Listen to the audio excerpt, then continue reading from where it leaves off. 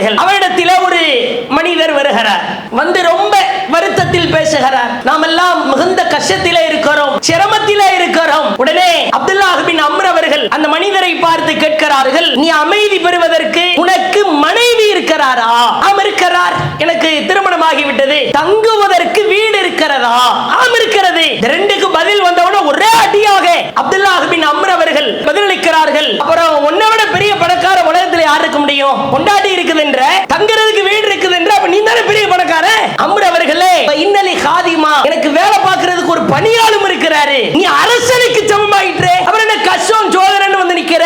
உலக வாழ்க்கை எப்படி புரிந்து வைத்திருக்கிறார்கள் என்று பாருங்கள்.